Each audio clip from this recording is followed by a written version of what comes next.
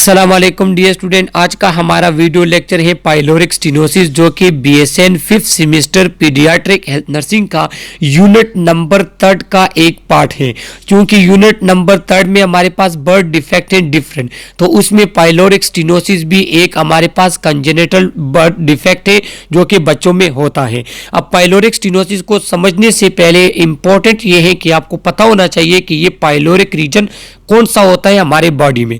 वो जगह जहां पे हमारी स्टोमिक स्मॉल इंटेस्टाइन के साथ कनेक्ट होती है तो उस कनेक्शन वाली जगह को कहते हैं पाइलोरिक चैनल या पाइलोरिक रीजन। और स्टेनोसिस किसे कहते हैं? स्टेनोसिस इसे कहते हैं कि ये हमारे पास नॉर्मल ओपनिंग है, लेकिन स्टेनोसिस किसे कहते हैं कि ये हमारे पास ओपनिंग क्या होगी, ये नैरो हो जाती है। देखो ये नैरो हो जाती है तो नर्विंग of something is called stenosis. आगे भी हम और डिफेक्ट इस तरह पढ़ेंगे। तो पाइलोरिक स्टेनोसिस में ऐसा होता है कि बाय बर्थ बच्चे का जो पाइलोरिक चैनल होता है वो नैरो हो जाता है। अब नैरो क्यों होता है, इसमें हमारे पास कौन से साइन सिम्टम है, तो ये तमाम जो है एक्सप्लेनेशन के साथ आज के लेक्चर में हम पढ़ेंगे। और इसके साथ इस यूनिट से जो आपके पास एमसीक्यूज आ सकते हैं तो उसको भी हम मेंशन करेंगे ताकि आने वाले एग्जाम्स वगैरह में आपके लिए आसानी हो। तो अब हम स्टार्ट कर लेते हैं pyloric stenosis. Pyloric stenosis occur when the circumferential muscles of pyloric sphincter become thickened resulting in elongation and narrowing of pyloric channel. कि हमारे पास हमारे बॉडी में स्टोमिक जब जहां पे स्मॉल इंटेस्टाइन के साथ कनेक्ट होता है उस रीजन को कहते हैं पाइलोरिक रीजन। उस वहां पे हमारे पास सर्कमफेरेंशियल मसल्स होते हैं। सर्कमफेरेंशियल मसल मतलब कि वो मसल जिन्होंने ये पाइलोरिक रीजन को इंसर्कल किया होता है। तो पाइलोरिक स्टेनोसिस में क्या हो जाते हैं, वो मसल थिक हो जाते हैं तो उसकी वजह से एलोंगेशन भी आ जाती है और नर्विंग वो पाइलोरिक चैनल वो तंग भी हो जाता है और इस डिसऑर्डर को कहते हैं pyloric stenosis. Pyloric stenosis also known as infantile hypertrophic pyloric stenosis is also known as infantile hypertrophic pyloric stenosis। infantile hypertrophic pyloric stenosis उसे कहते हैं कि जब हमारे पास इन्फेंट बच्चा छोटी उम्र में इन्फेंसी में जब पाइलोरिक रीजन में ऑब्स्ट्रक्शन आ जाती है, इंटेस्टिनल ऑब्स्ट्रक्शन आ जाती है तो उसको कहते हैं इन्फेंटाइल हाइपरट्रॉफिक पाइलोरिक स्टेनोसिस। तो ये हमारे पास पाइलोरिक स्टेनोसिस का एक अलग नाम है, लिहाजा आपको ये पता होना चाहिए। Is the most common cause of intestinal obstruction in infancy. और ये हमारे पास पाइलोरिक स्टेनोसिस जिसे हम इन्फेंटाइल हाइपरट्रॉफिक पाइलोरिक स्टेनोसिस कहते हैं, ये एक मेन काज है इंटेस्टिनल ऑब्स्ट्रक्शन। इंटेस्टिनल ऑब्स्ट्रक्शन मतलब कि इंटेस्टाइन ऑब्स्ट्रक्ट हो जाती है, बंद हो जाती है, तो ये हमारे पास एक मेन काज है इंटेस्टाइनल ऑब्स्ट्रक्शन इन्फेंट में। क्यों? जब आपके पास पाइलोरिक रीजन ब्लॉक होगा तो कोई भी फीडिंग वगैरह आपके पास इंटेस्टाइन में नहीं जाएगी, अगर जाएगी तो वो एबनॉर्मल जाएगी, जिसकी वजह से आपके पास इंटेस्टाइन ऑब्स्ट्रक्टेड होंगे, बंद होंगे और ये हमारे पास मेन काज फिर बन जाता है इंटेस्टिनल ऑब्स्ट्रक्शन इन्फेंसी में। तो हमारे पास अगर कोई इन्फेंट को अल्ट्रासाउंड वगैरह के थ्रू उसके इंटेस्टिनल ऑब्स्ट्रक्शन आ जाती है तो फिर हम देखते हैं कि आया उसको कोई पाइलोरिक स्टेनोसिस तो नहीं है। Infantile hypertrophic pyloric stenosis occur secondary to hypertrophy and hyperplasia of muscular layer of pylorus causing a functional gastric outlet obstruction. देखो जैसा कि मैंने आपको बताया कि जो हमारे पास पाइलोरिक रीजन होता है उसके इर्द गिर्द मसल होते हैं। जब उन मसल्स में हमारे पास हाइपरट्रॉफी आ जाए, हाइपरट्रॉफी मतलब उसकी मसल सेल्स जो मसल सेल्स होते हैं, मस्कुलर सिस्टम आप लोग ऑलरेडी पढ़ चुके हैं एनाटॉमी एंड फिजियोलॉजी में, तो जो मसल सेल्स होते हैं उनके शेप में चेंजेस आती हैं तो उसको कहते हैं हाइपरट्रॉफी। और जब उनके नंबर्स में एक्सेस नंबर आ जाते हैं, एक नॉर्मल लेवल से ज्यादा नंबर आ जाते हैं तो उसको फिर कहते हैं हाइपरप्लेजिया। जब हाइपरट्रॉफी एंड हाइपरप्लेजिया आ जाता है आपके मस्कुलर लेयर में और वो मस्कुलर लेयर आपके पाइलोरिक रीजन के इर्द गिर्द होती है, जब उसमें हाइपरट्रॉफी हाइपरप्लेजिया आएगा तो ये क्या करेगा, ये आपके गैस्ट्रिक आउटलेट पाइलोरिक रीजन को आप बंद कर देते हैं, ऑब्स्ट्रक्ट कर लेते हैं और इसमें फिर हमारे पास इंटेस्टिनल ऑब्स्ट्रक्शन भी बच्चे में काज हो जाती है। इसके बाद इसके काज, तो अब जो मैंने पाइलोरिक स्टेनोसिस का बताया कि ये क्यों होता है, किस तरह होता है, तो ये आपको आना चाहिए क्योंकि इससे आपके पास एमसीक्यूज आते हैं कि हमारे पास पाइलोरिक स्टेनोसिस क्यों होता है। अब इसके काजेस, फर्स्ट तो है ये अननोन काज, जरूरी नहीं है कि पाइलोरिक स्टेनोसिस का कोई काज हो, विदाउट एनी रीजन भी बच्चे में बाई बर्थ ये हो सकते हैं। इसके बाद जेनेटिक फैक्टर भी होते हैं। जेनेटिक फैक्टर मतलब पॉजिटिव जो फैमिली हिस्ट्री है या आपके जीन में कोई चेंजेस आ जाती हैं जिसकी वजह से आपके मसल्स में हाइपरट्रॉफी आ जाए या हाइपरप्लेजिया आ जाए जो पाइलोरिक रीजन को इनसर्कल किया होता है, तो उसकी वजह से भी आपको पाइलोरिक स्टेनोसिस हो सकता है। उसके बाद use of drugs in pregnancy like erythromycin और first week of life by a neonate and others. अच्छा देखो, ये फार्माकोलॉजी में आपने ड्रग्स पढ़े होंगे। हमारे पास कुछ ड्रग्स ऐसे होते हैं जिन्हें टेरेटोजेनिक कहते हैं। टेरेटोजेनिक मतलब कि वो जब कोई मदर प्रेग्नेंट होती है तो वो प्लेसेंटा क्रॉस करके बच्चे में जा सकते हैं। अगर इस तरह के ड्रग्स मदर यूज करिए ड्यूरिंग प्रेगनेंसी, जिस तरह हमारे पास एरिथ्रोमाइसिन है, तो उसका साइड इफेक्ट ये हो जाता है कि वो बच्चे में जीआईटी प्रॉब्लम क्रिएट कर सकता है जिसमें पाइलोरिक स्टेनोसिस टॉप पे है।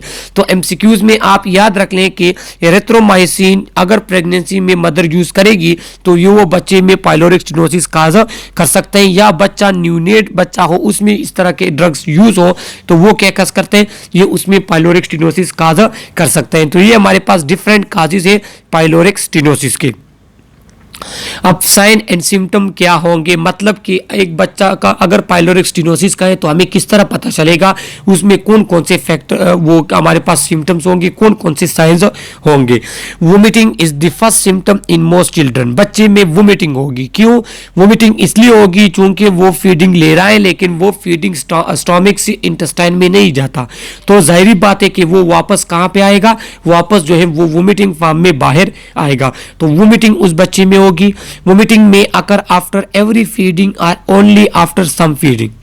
हर दफा जब बच्चा खाना खाएगा या जो बच्चा हमारे पास फीडिंग वगैरह लेगा, मिल्क लेता है, फार्मूला फीडिंग या मदर फीडिंग, मदर मिल्क लेता है, तो वो क्या होते हैं कि फीडिंग लेने के बाद कुछ टाइम के बाद डायरेक्ट वो क्या कर लेता है, वो उसे वोमिट कर लेते हैं। जब हमारे पास बच्चे में इस तरह के सिम्टम्स होते हैं, इस तरह के साइंस होते हैं, सिम्टम्स होते हैं, तो फिर क्या होता है, तो फिर ये हमारे पास चांसेस है कि इस बच्चे को क्या हो, पाइलोरिक स्टेनोसिस हो। Vomiting usually start around 3 weeks of age but may start any time between 1 week and 5 month of age. और जो हमारे पास नॉर्मल टाइम है पाइलोरिक स्टेनोसिस का, उसमें वोमिटिंग जो स्टार्ट होती है तो नॉर्मली वो स्टार्ट होती है जब बच्चा 3 वीक या 3 वीक से बढ़ जाए, सही है। लेकिन ये हमारे पास 1 वीक से लेके 5 मंथ इसके दरमियान में किसी भी टाइम हमारे पास क्या हो जाती है, स्टार्ट हो सकती है बच्चे में। अगर हमारे पास पाइलोरिक स्टेनोसिस अगर वो नर्विंग थोड़ी कम हो, इतनी नैरो नहीं हुआ हो, तो फिर वो 3 वीक्स के बाद जो है पता चल जाते, वोमिटिंग वगैरह स्टार्ट हो सकती है। तो ये आपको एमसीक्यूज के लिए याद होना चाहिए। यहाँ पे एक इंपॉर्टेंट बात मैं ये बता दूं, ये आप अभी भी आपके लिए इंपॉर्टेंट है और आने वाले जितने भी टेस्ट होंगे नर्सिंग वगैरह में उसमें भी ये इंपॉर्टेंट है कि हमारे पास पाइलोरिक स्टेनोसिस में फोर्सफुल प्रोजेक्टाइल वोमिटिंग होगी। प्रोजेक्टाइल वोमिटिंग इसके बगैर और भी हमारे पास कंडीशंस में होती है, जिस तरह हमारे पास मेनिंजाइटिस आ जाता है कि उसमें प्रोजेक्टाइल वोमिटिंग होती है। इसके अलावा पेनक्रियाटाइटिस में भी आपके पास प्रोजेक्टाइल वोमिटिंग होती है, और हमारे पास अगर इंटेस्टाइन ऑब्स्ट्रक्टेड हो तो उस कंडीशन में, तो ये 4 कंडीशन हमारे पास आ जाते हैं जिसमें प्रोजेक्टाइल वोमिटिंग होती है। लिहाजा आप एमसीक्यूज के लिए याद रख लें, मेनिंजाइटिस में, पेनक्रियाटाइटिस में, इंटेस्टिनल ऑब्स्ट्रक्शन अगर हाई हो, ज्यादा लेवल तक हो, सीवियर हो तब, और हमारे पास पाइलोरिक स्टेनोसिस में। तो ये एमसीक्यूज के लिए आप याद रख लें। और इसमें जो वोमिटिंग होगी वो नॉन बिलियस वोमिटिंग होगी, क्योंकि इसमें बाइल इन्वॉल्व नहीं है। ये जो है आपके पास जो कंटेंट है वो स्टोमिक ही से वोमिट हो जाते हैं, लिहाजा इसका जो वोमिटिंग होगी वो नॉन बिलियस होगी, उसमें बाइल नहीं होगा। तो ये आप एमसीक्यूज के लिए याद रख लें। स्पेशली ये 2 जो है साइन सिम्टम ये इंतहाई इंपॉर्टेंट है, ये आप एमसीक्यूज के लिए याद रख लें। इसके बाद the infant is hungry after vomiting and wants to feed again.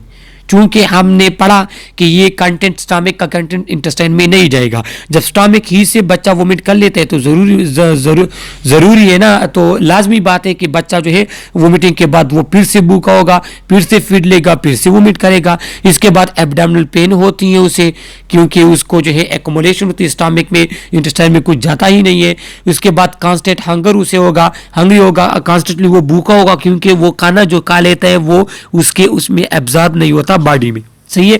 इसके बाद डिहाइड्रेशन होती है। डिहाइड्रेशन इसलिए होती है कि बच्चा हमारे पास वोमिटिंग तो सिर्फ वोमिटिंग के साथ फ्लूइड वगैरह बाहर आ जाता है। जब बाहर आता है तो इस कंडीशन में बच्चा अगर कंटिन्यूसली वोमिटिंग कर लेता है तो उसमें हमारे पास कह रहे हैं बच्चे में डिहाइड्रेशन कंडीशन हो सकती है, इसमें शिकायत होती है। फेल्यूर टू गेन वेट और वेट लॉस, बच्चे में क्या होगा कि एक तो उसका वेट लॉस होगा, दूसरा वो जो टाइम के साथ उसका वेट गेन होता है वो भी उसका क्या होगा, फेल होगा। वो अच्छे तरीके के साथ नॉर्मली वो वेट गेन नहीं कर सकेगा।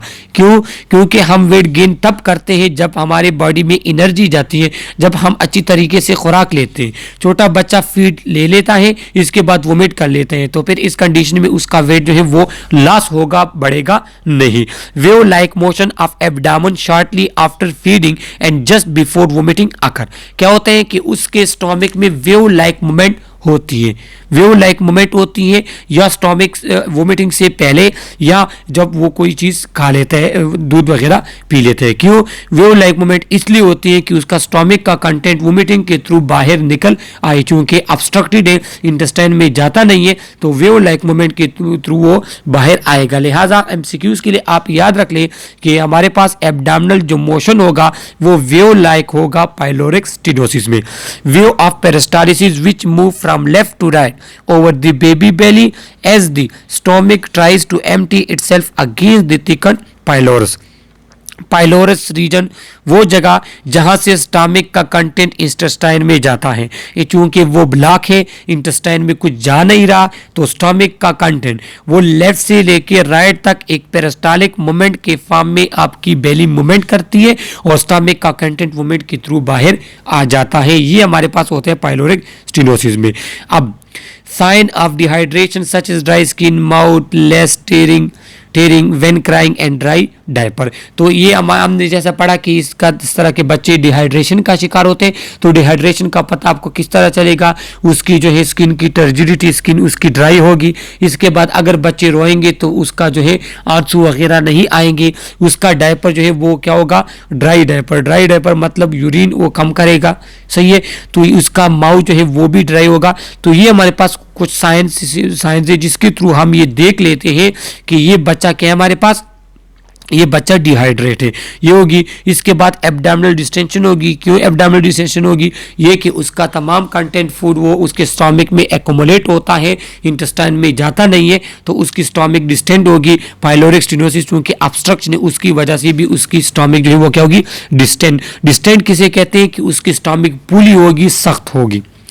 Olivia shape mass when feeling the upper belly which is abnormal pylorus। और जब आप उसके स्टोमक को जो है वो पल्पेट करते हैं अपने उंगलियों के थ्रू, तो फिर आपको ओलिविया शेप क्या होगा, इस तरह ओलिविया शेप आपके पास पाइलोरिक ऑब्स्ट्रक्टेड पाइलोरिक आपको जो है फील होगा, जो क्या करेगा कि ये हमारे पास एबनॉर्मल पाइलोरस है। अब इसके लिए डायग्नोस्टिक टेस्ट, मतलब कि आपके पास स्टोमक में इस तरह कोई प्रॉब्लम आ जाती है तो फिर आप ये कंफर्म किस तरह करेंगे कि हाँ ये हमारे पास पाइलोरिक स्टेनोसिस है या नहीं है। अगर है तो कितनी % ऑब्स्ट्रक्शन हुई है। तो उसके लिए पहले हमारे पास सबसे पहले होते हैं अल्ट्रासाउंड होते हैं एब्डोमेन का, जिसमें क्या होते हैं, जो एक हमारे पास फर्स्ट इमेजिंग टेस्ट है जिसके थ्रू ये देखा जाता है कि ये ऑब्स्ट्रक्शन है या नहीं है।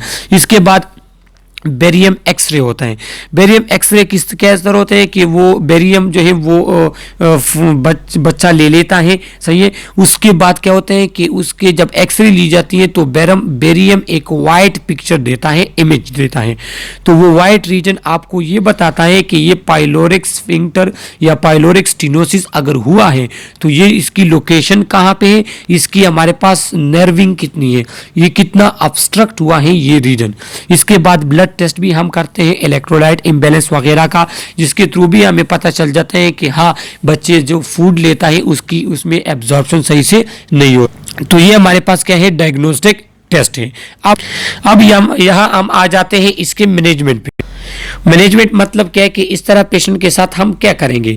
थेराप्यूटिक मैनेजमेंट ये है कि surgical relief of pyloric stenosis by pyloromyotomy muscle spreading. इसमें ऐसा होता है कि इसकी सर्जरी हमने करनी होगी कि जिस जगह पे हमारे पास जो मसल्स खराब है उसको हम रिमूव कर लेते हैं और फिर वहाँ पे एक दूसरे यहाँ पे जिस तरह मैं यहाँ पे आपको बना के दे दूँ कि ये अगर हमारे पास जो है क्या है, ये अगर हमारे पास स्टोमिक है, सही है। यहाँ पे अगर कोई प्रॉब्लम आ गई है, मैं यहाँ पे पिक्चर के थ्रू आपको दिखा दूँ, यहाँ पे अगर कोई प्रॉब्लम आ गई है तो क्या किया जाता है, इसको यहाँ पे काट दिए जाते हैं। जब यहाँ से काट दिया जाता है फिर क्या करते हैं, इस मसल्स को इसके साथ अटैच कर लिया जाता है, दरमियान वाला पोर्शन जो वो रिमूव किया जाता है। इसको कहते हैं पाइलोरोमायोमेट्री। और ये हम प्रोसीजर करते हैं किस कंडीशन में कि जब हमने पाइलोरिक स्टेनोसिस वो जगह जहाँ पे मसल्स को ख़राब हुए हैं उसको जब हमने रिमूव करना हो। इसके बाद चूंकि ये सर्जरी है तो प्री ऑपरेटिव हमने क्या करना होगा, बच्चे को रिहाइड्रेट करना होगा और जो उसको इलेक्ट्रोलाइट की इम्बैलेंस है, जितने इलेक्ट्रोलाइट की उसको कमी है तो उसको हम रिप्लेस करेंगे थ्रू आर्टिफिशियल जो हमारे पास ड्रिप वगैरह के थ्रू, इन्फ्यूजन के थ्रू हम उसको रिप्लेस करेंगे। उसके बाद हम बच्चे को सर्जरी के लिए भेजेंगे और जब सर्जरी हो जाती है पोस्ट ऑपरेटिव कहते हैं आफ्टर सर्जरी, तो हमने वाइटल साइन उसके चेक करने, टेम्परेचर, बीपी, पल्स, ये चीज़ें। इसके बाद इनटेक आउटपुट रिकॉर्ड हमने रखना है बच्चे का, एनजी ड्रेनेज, एनजी के थ्रू ड्रेनेज जो वगैरह होती है हमारे पास वो भी हम चेक करेंगे। इसके बाद ड्रेनेज किस तरह किसे कहते हैं कि बच्चा जो है वो स्टमक वगैरह से जो पाइलोरिक रीजन जो हमने क्या किया है, जिसको हमने सर्जरी की है, तो फिर हम फूड को कुछ दिन उसमें नहीं छोड़ते कि उसको पास ना करें ताकि उस जगह पे इन्फेक्शन वगैरह ना हो। तो हम एनजी के थ्रू ड्रेनेज करेंगे, इन्फेक्शन से भी बच्चे को बचाएंगे, उस जगह को बचाएंगे, जो उसका जख्म वगैरह जो उसकी ड्रेसिंग वगैरह वो भी अच्छे तरीके के साथ करेंगे। Feeding usually begin 4 to 6 Harley post operatively with small frequent feeding of glucose and water. हमने क्या करना है, 4 से लेकर 6 हार आफ्टर सर्जरी हमने बच्चे को फीडिंग देनी, लेकिन छोटे छोटे मिकदार में, और हम ग्लूकोज और वाटर देंगे। क्यों? क्योंकि ग्लूकोज और वाटर की एब्जॉर्प्शन मैक्सिमम हमारे पास स्टोमक और माउथ में हो जाती है, ग्लूकोज की स्टोमक वगैरह में, इंटेस्टाइन की तरफ कुछ ज़रूरत ही नहीं पड़ती। इसके बाद parents to visit and involve patient care. इसके बाद हम पेशेंट को, पेरेंट्स को वो क्या करेंगे, इनकरेज करेंगे ताकि वो बच्चे की अच्छे तरीके के साथ केयर करे ताकि उसको इन्फेक्शन वगैरह ना हो। तो ये हमारे पास पाइलोरिक स्टेनोसिस के बारे में छोटा सा लेक्चर था। इसमें आपका कोई भी क्वेश्चन हो थ्रू कमेंट्स आप हमसे पूछ सकते हैं। एक रिक्वेस्ट हमारी आपसे होगी कि आप जिस जगह से भी हमारी वीडियो देख रहे हैं प्लीज़ आप अपनी जगह या कॉलेज का नेम कमेंट में मेंशन कर ले। Okay, thank you.